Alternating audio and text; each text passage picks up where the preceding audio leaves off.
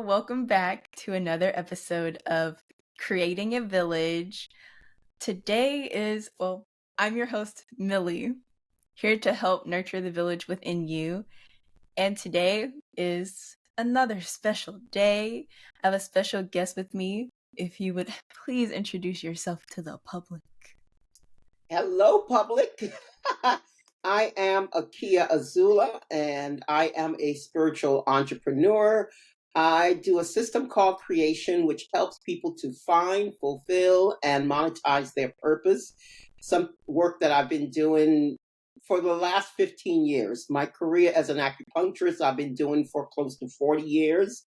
But this particular type of work that I've been doing lately called Creation, that has been for the last 15 years. Okay, wow, that is so amazing. I know part of this conversation today will just kind of be about the differences in generations, and I know that a Yes. thing that comes up a lot is how my generation, I'm Gen Z, I'm 23, we don't stick with one type of career or job for long periods of times. Like we go in and we're like, okay, I'm ready to go. We don't wait for the gold watch that some people get. Oh, I don't even I know don't if they even still do think they that, give the, but I don't think they give that out anymore. well, and, there you go. There's no and incentive to stay. yeah, and I really think that the whole sticking with the job because you got this pension and all of that, Mm. I don't even think they do that. I think it's very rare that you meet any company that even do any of that stuff anymore. Oh, Um, wow. my parents' generation, my mom and her people, they had the longevity on a job where you stay 25 Mm. years and up, and you're a company man or woman, and you got a pension when you finished. And then they did away with that. Might have been around when I was your age.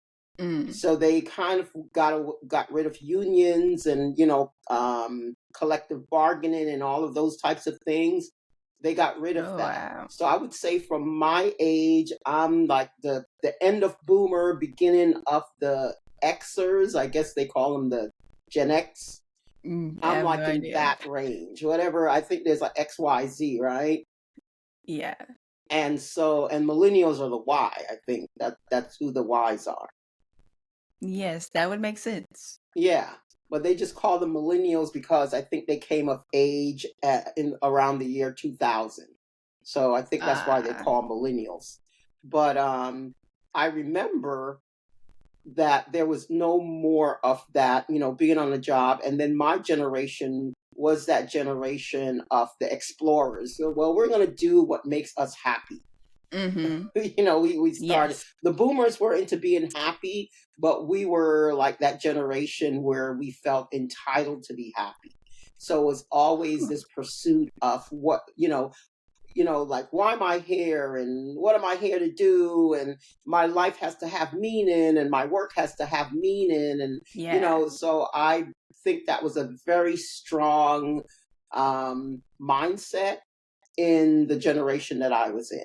Mm. I So would say that carried over into our generation too, yeah. because I know a lot of people, like myself included, I coming out of college or just inside of college as well. I was like, I know I don't want to get a job. I want to do something that brings me joy. I'm not just about to go over here just so I can get paid to do something that I know will not bring me happiness or like fulfillment. Things to happen. Mm, yeah. More so than, like you had to do a job and then the other stuff was like your side hustle. Unless like I did Mm, acupuncture. This was like 1980, 1982. And mm, a lot of what do you call it? People thought I was just crazy. They're like, nobody never heard of that. Nobody is going to come mm, and pay you to do that. And I just stuck to my guns. I just was like you. I was like, yeah. it makes me happy. I'm interested. I find it, exciting to do. I like helping people in that way. So Yeah. I just stuck to my guns and did it regardless of what anybody else said. Mm, It's not like I really took seriously what other people told me to begin with. yes. You know what I'm Well, saying? yeah. And I actually want to ask you, so one, can you define acupuncture for people who don't know what it is. Acupuncture. Yes, acupuncture. People who It's don't it's know what it is. And then how did you get into it? it's a deceptive term because it just means to needle puncture the needle with a skin. So it's like Mm, if you call the medical doctor hypodermic, because they use hypodermic mm, needles. But because we use needles, they use that as defining word. It's actually yeah. called traditional medicine, classical medicine, oriental Okay. medicine.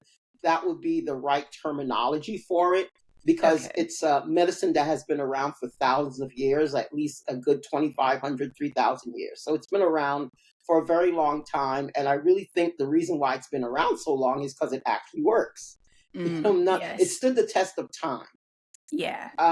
So the basis of acupuncture is that there are these what we call acupuncture points or meridians. Meridians are like little pathways or little Mm, lines where the energy, or we in Chinese medicine they call it qi, which yeah. basically translates to mean energy, the flow of energy Okay. that flows through your body.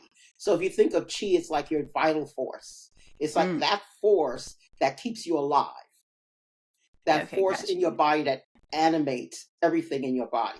So that's what um, acupuncture does. We find out where this person is blocked because if, let's say, for instance, you have pain at some point in your body, instead of everything flowing freely, it's as if you have, like, say, a log or a big rock is blocking the path of this flow. Mm-hmm. And so every time that flow of energy is moving through your body and it hits this point like this, you feel pain. So me as an Oh, acupuncturist, I would look at exactly which part of your body has the pain, where it's located, and then I would put a needle in the appropriate point. And then okay. if I have that done correctly, then your pain would go away almost instantaneously within seconds. You should see a Oh, wow. difference. Yeah, Mm, it works very fast. Acupuncture works on, I would say, similar to like electricity. mm. So if you think about it, Like how? there's a wire that goes from, a power source to maybe your lamp or your computer. The minute you turn that Yeah. switch on, right, within a few seconds it comes on. Yes. So the Okay. same thing with acupuncture, because we're working with energy, we're not working so much with the chemistry. Like when we think of medicine, like Western medicine, the medicine that we're used to, that you go and you get a medication, is working on the chemical pathways in the body. So your Mm, chemical pathways is similar to like when you eat food. That's also working okay. on your biochemistry. So that's why the effects may take anywhere from 20 to 30 minutes for you to feel the effects of it, because you have to go through your Um, digestion system. It has to go through the blood flow. So there's like different levels it has to go through before your body have a reaction to it. And it's nothing okay. wrong with that system. It's that system is there to protect you. Because suppose you ingested something that's bad for you. The Mm-hmm. fact that it goes through your system slowly before it takes effect, it just doesn't go like boom and go right to your heart and all your organs. It got to Yeah. go through a process first so your body could see whether it's harmful or not and make the adjustments to that. So that's the Okay. reason why, that if the acupuncture treatment is correct, the person should feel the effect within seconds. Oh, wow. They That's should really feel a amazing. change. Huh? I said that's really amazing. Yeah. Huh? Okay. I was gonna say, how did you get into acupuncture? Like, how? Because especially as you were saying, 1980 people as a didn't know 19 about year it. old. How does a Yeah. 19-year-old black girl from Brooklyn get into acupuncture, right? Yes. Okay. Okay, so I was one of these smart kids in school, and I think in your day and time, they call you gifted. Mm, So, the kids, they're in the gifted program. yeah. Back in the day, we were called advanced placement kids. They call us AP. I think it Okay. stands for advanced progress or advanced placement, Yeah. something to that effect. We still have some AP classes. Okay. So I was an AP student. And back in those days, we got skipped a grade. So I Mm, never did eighth grade. I went from seventh grade, sixth grade, seventh grade, and then into ninth grade because our middle school Okay. went from seventh grade, eighth, and ninth. And so I went to college at a very young age. So by the time I turned 19, I was already in my third year of college. Oh, So wow. I was a true, yeah, because I graduated high school at 16 because I Okay, got gotcha, skipped a gotcha. year. So I went into college, thought I wanted to be a psych major.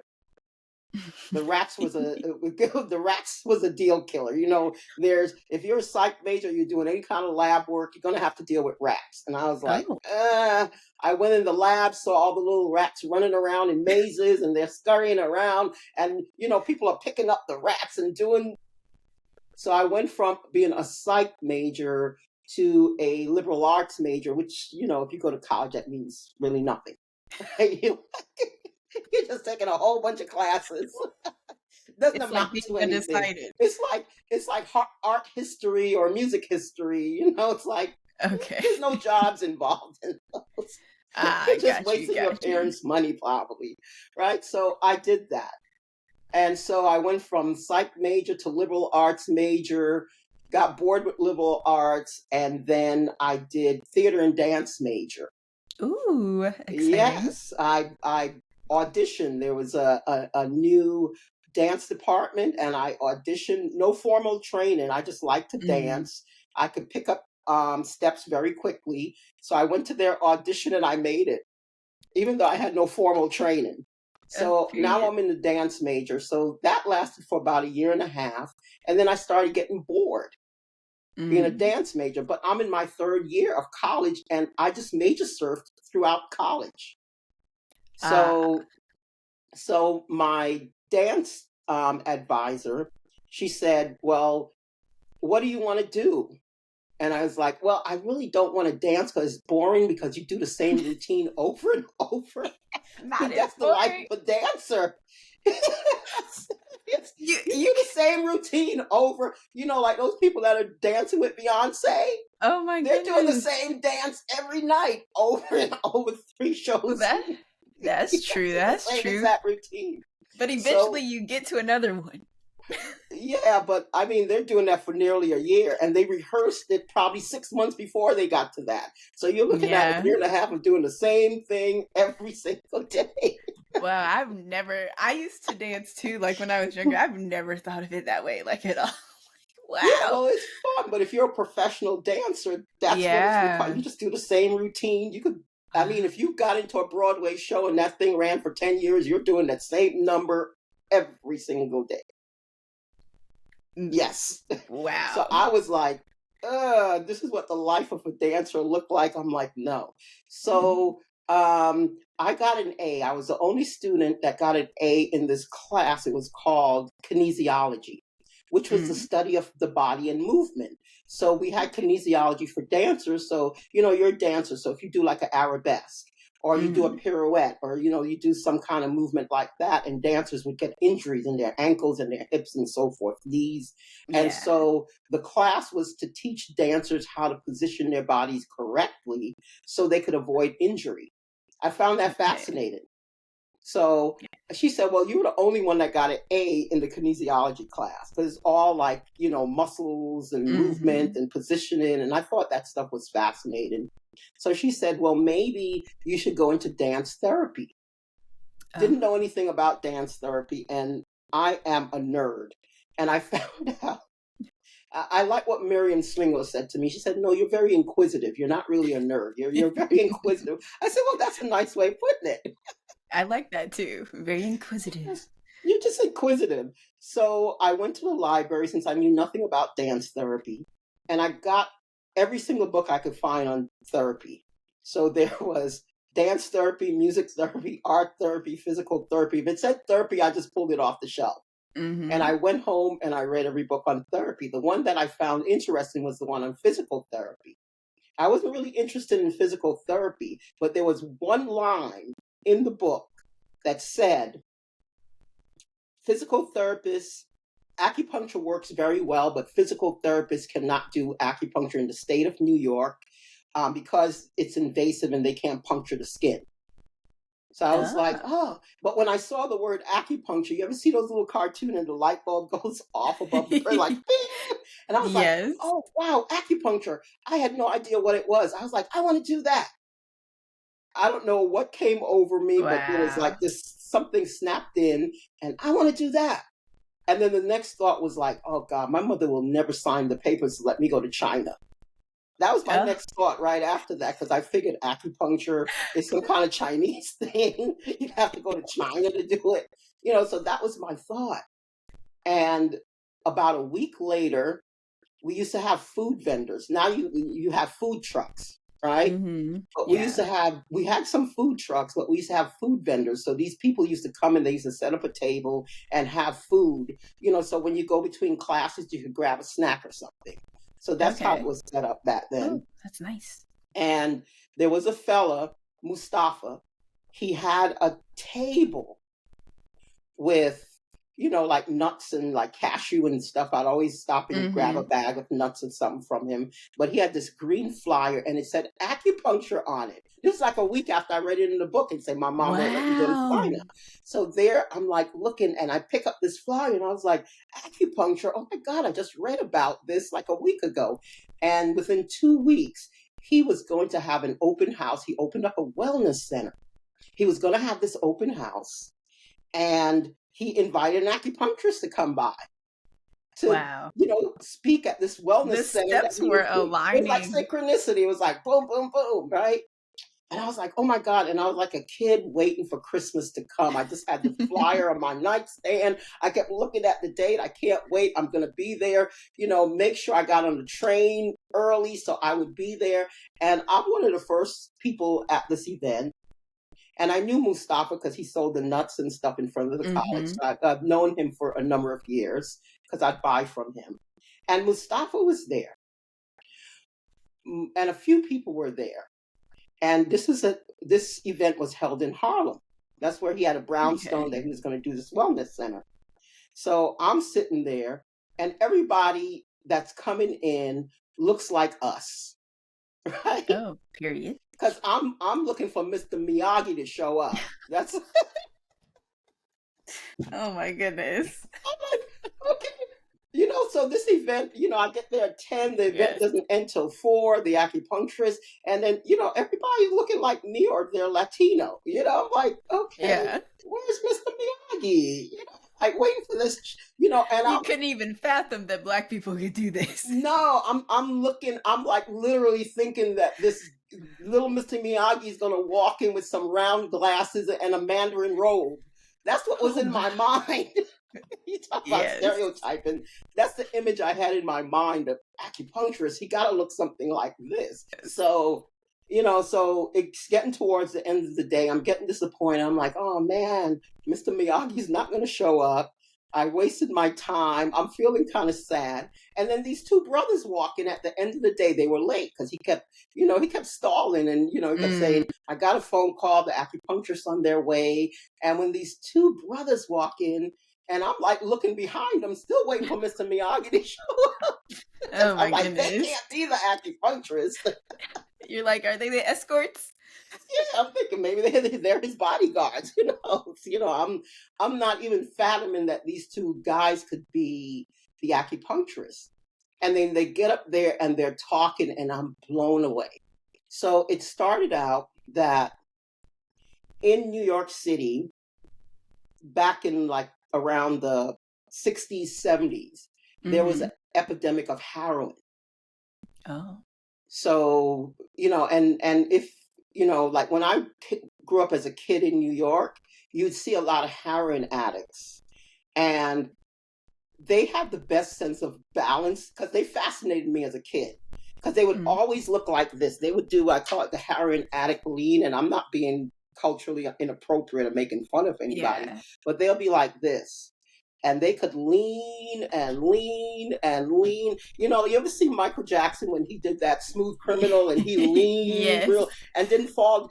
The heroin addicts could do that. So as a kid, they kind of fascinate because they would never fall down. They just, Mm. whatever position they start leaning in, they could go really, really far. So it was like they were Mm. defying gravity. So Yeah, I thought they they were, were grounded. I knew it wasn't good, but it still fascinated me that they could Yeah. go lean so far and never fall down. I've never seen a heroin addict ever fall down as a Oh, kid. wow. So we had a lot of that on the streets of New York. Mm-hmm. And so these brothers, they were an offshoot of the Black Panther Party. At that time, they called themselves the Black Liberation Army, but they Mm-hmm. were an offshoot of, because by then, a lot of the Black Panthers had either gotten assassinated, or gotten Mm. arrested, and all of these Yeah. types of things. So those, especially Matulu Shakur, who was Tupac's stepdad, Mm-hmm. um, he started this acupuncture detox clinic in the South Bronx at Lincoln Hospital. Oh, And wow. they had such great success. They actually got kicked out of Lincoln Hospital because they started to treat everything, because it was a drug detox unit. Oh. So they had such great success, and they were all about the community, that when people said, my grandmother have arthritis, or my baby girl got asthma, or, someone had an upset stomach, they say, sure, bring them by, we'll treat them. And Mm. so the hospital noticed, like, all these people were going to the detox unit for treatment. And it wasn't just detoxing alone. So the hospital told them to kind Mm. of cease and desist. And, these are like really strong, tough looking brothers. And they're like, no, we're going to do what we want to do. So the hospital got a little bit Yeah. intimidated by them. So they had 50 of New York's finest, which they call the police in New York. So the 50 of New York Oh. finest came and they padlocked the clinic. These brothers, they were Mm-mm. so determined that they broke into the clinic at night and got all their patient files and moved to Harlem and called all the patients. This is where we're Okay. going to be. Yeah. So that's where I came in, at the school that they had in Harlem. It was called Mm. BANA, Baana. People used to think it said banana, but it was actually BANA. Yes, mind playing It tricks was on you. missing an N. It was close, but it was missing one N. Because you look at banana.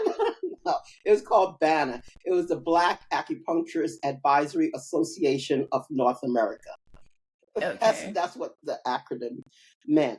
So they started detoxing people off of heroin and off of methadone, Mm. which was actually aldophine, because it was, something that was invented in Germany through the Interesting. Bayer company, Bayer aspirin, for Adolf Hitler. So it was called aldophine because that was supposed to strengthen the army, the Aryan army that he had. But Oh. they found out it put them to sleep instead of making them stronger. Oh, So okay. that's why people went from heroin to methadone to now you have people on meth. So Mm. all of that is, it kind of traces back to that. And then heroin, the reason why they decide to use acupuncture for heroin addiction is because they went and they said, did anybody else have a problem with opioids? Oh, And they yeah. found out that China had an opium problem, and China cleaned up their opium problem by using acupuncture, was one of the means that they used, and the other means was the firing squad. It's like you're useless. Like Like, when the communists took over, yeah, you are oh, useless as a society if you don't want to stop taking um, opium. If you don't want to stop smoking oh, opium wow. or going to the opium dens, because that was their version of crack houses back then. So Oh, this drug wow. war has always been there. It's always been a tool of, you know, it's always been a tool of oppression, was Yeah, drugs, because that's most what happened in definitely. China. So they cleared up their opium addiction. Um, with that. And that's what led Matula Shakur and Dr. Richard Delaney were the two people. And they went to China and they found there was a young man there. They were Romanian, and they had formed a college in Quebec, China. So we were actually licensed through Quebec. So it was like a weird, Okay. Romania through Quebec through China. And they found Mario Wexu. He was actually writing a book on auricular acupuncture, because they use air acupuncture to help detox people in China off Is of that what drugs. auricula means? Yeah, auricular means Ear? ear acupuncture. Yeah. Okay. So they were using the ears to do that. So they have it now in the States. They call it drug court. Mm. So you could go, instead of going to jail, you could go to these detox units and they'll use the ear. So this was the guys that actually Okay. started that whole thing back in, you're looking like mid 70s. This started Yeah. in New York. So those were the guys. And they were a very interesting group of characters, very, very determined. Nothing could stop them, nothing could slow them down. So I think being around them and that passion that they had for their work and helping the community and being advocates really inspired me. And, so to me, it was like, this is the coolest thing ever. As a 19-year-old, Yeah. I was like, this is way cool. And we were like rebels, and you had Yeah. a mixture of everything going on. It was so anti tradition that, Yeah. of course, as a 19-year-old, of course you'd love that. So And you're helping people too. So I think that's yeah. amazing. And I saw like Yeah. fascinating things. I'd see people walk, come in there with, they couldn't walk because they either injured their leg. And I would see Mm. them like work on the patient, and the person will walk out without their crutches. Oh, We had wow. one little kid that he was the son of one of the diplomats. Because, Mm. we have the UN New York, so we get a lot of diplomats and people like that. And he was the son of a diplomat, and he was cross-eyed. And they use Hmm. acupuncture, and children, we don't use needles, so we use another thing called moxibustion. It looks like a cigar. It's a stick, and they Okay. light it, and they won't burn you with it, but they'll put it close to your skin for heat therapy. So they actually used it on a Ah. point that affects the eyes on his foot, and his Hmm. eyes got straight. Yeah, it's Wow. like, so seeing stuff like that was so cool That's when you're like amazing. 19 and 20. It's like, oh, Yeah. I'll be doing this for the rest of my life. This is way cool. I have a question about the needles. Hmm. So, like when I go to the doctor, I have to be squeezing people's hands. Needles Hmm. are do they hurt? Do acupuncture needles hurt? Do they can No, you feel it? you could feel it, but it feels as if somebody pinched your skin. So Mm. let me show you this. So if you could see the tip of the pen, the little ball point on the Yeah. pen. Okay, so the acupuncture needle is like this. The reason why a hypodermic needle hurts is that the needle is cut at an angle and there's a hole in the needle for them to deliver the Um. medication. So when the needle goes through your skin, this part of the needle is going through, and then this part comes last because the medication is being delivered through this.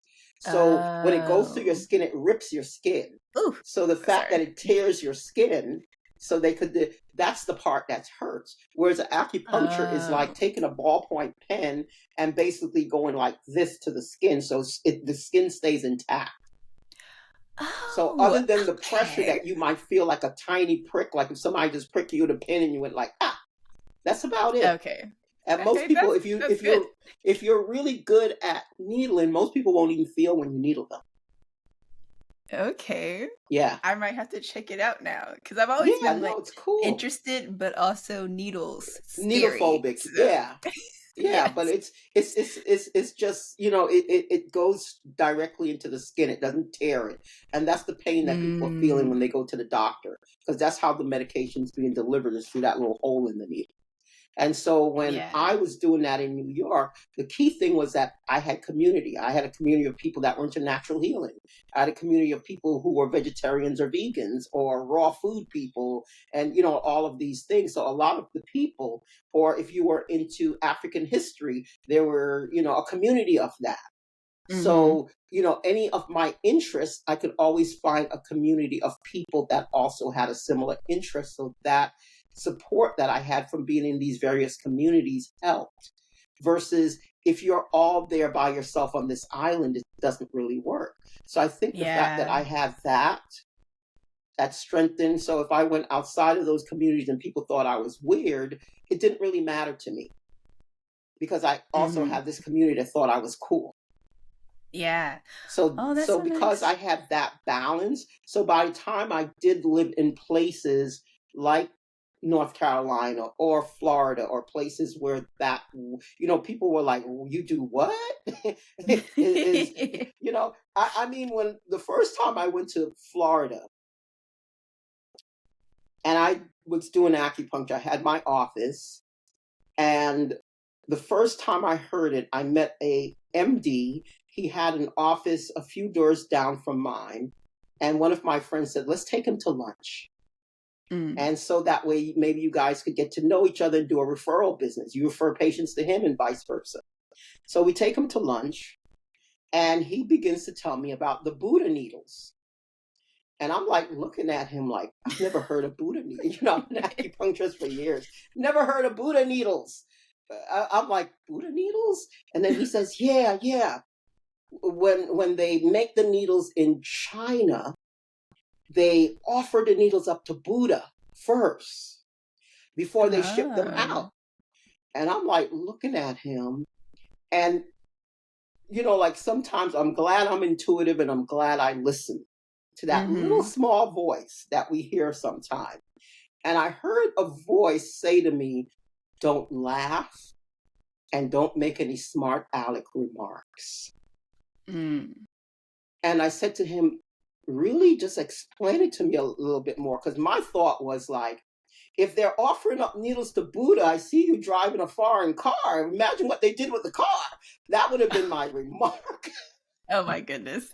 If they're offering up teeny tiny needles, you're driving a car from Japan. Imagine what they did with it. Before they put it on the assembly line, maybe every single piece that they assembled was offered up to some Buddha, some other god. But he Yeah. really believed this. So that was the first time. And I heard not to laugh because it sounded so ridiculous to me. I wanted to Mm. laugh. I'm like, that's the dumbest thing I've ever heard. Buddha needles? And I'm thinking, I had to go back to my clinic to see where the needles actually came from. They were like made in Jersey. Okay. Yes, I'm like, they're not even made in China. They made these needles in Jersey somewhere. Mm. So So you're I'm getting a like thinking different to supplier. myself, yeah, I'm like thinking to myself, that just sounds ridiculous. So safe to say, we never did a referral between me and that doctor because it was a strange conversation.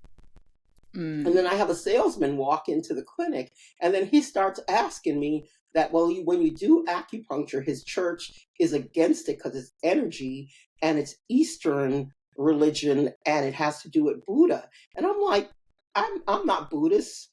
I don't pray to Mm-hmm. Buddha. I don't know anything. I know they're Buddhist people, but I have nothing against anybody that's Buddhist.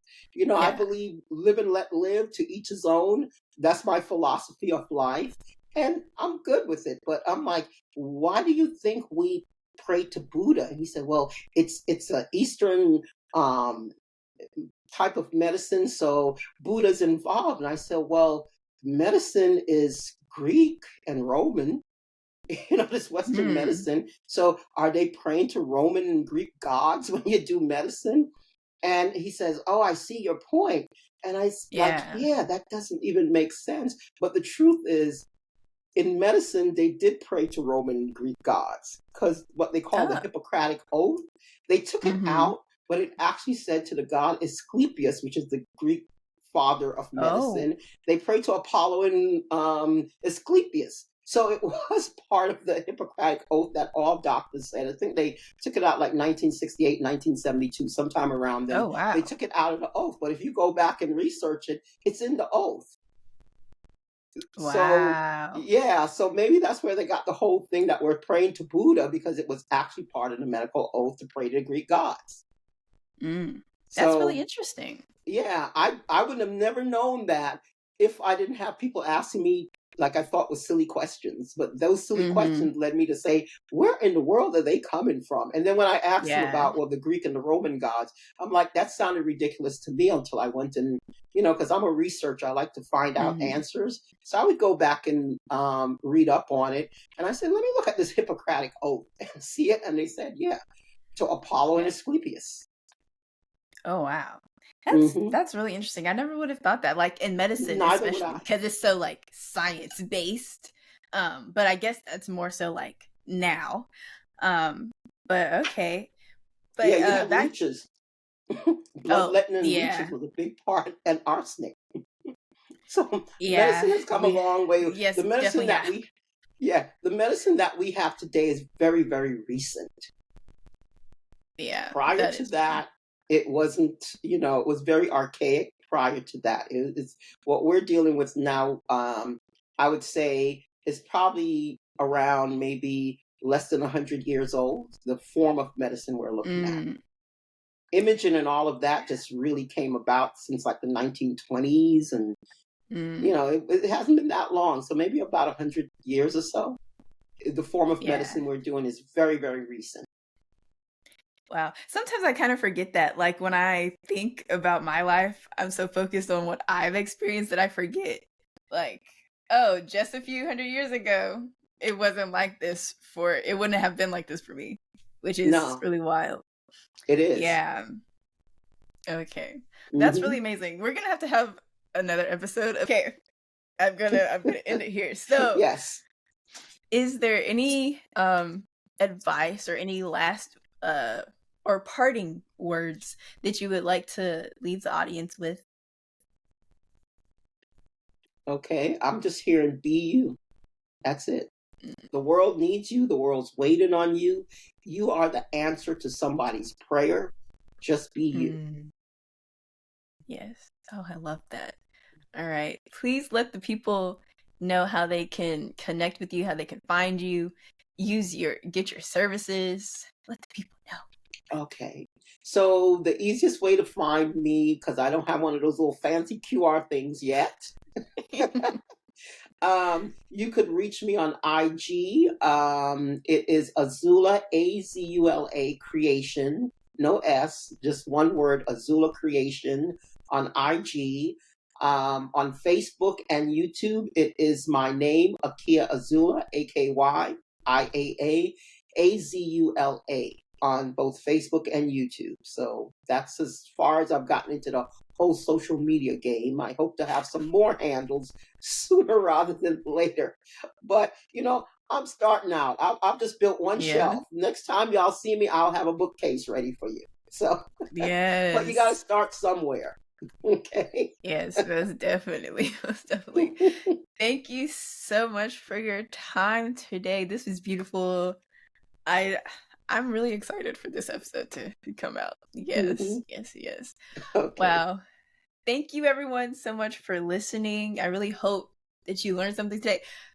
You definitely learned something today. And I hope that you received it and you'll like meditate on it. You'll take some action steps to get to your purpose and to kind of get in tune with your intuition. Um, Remember that we're all in this together and keep making strides to create a village wherever you go. All right. Bye. Bye.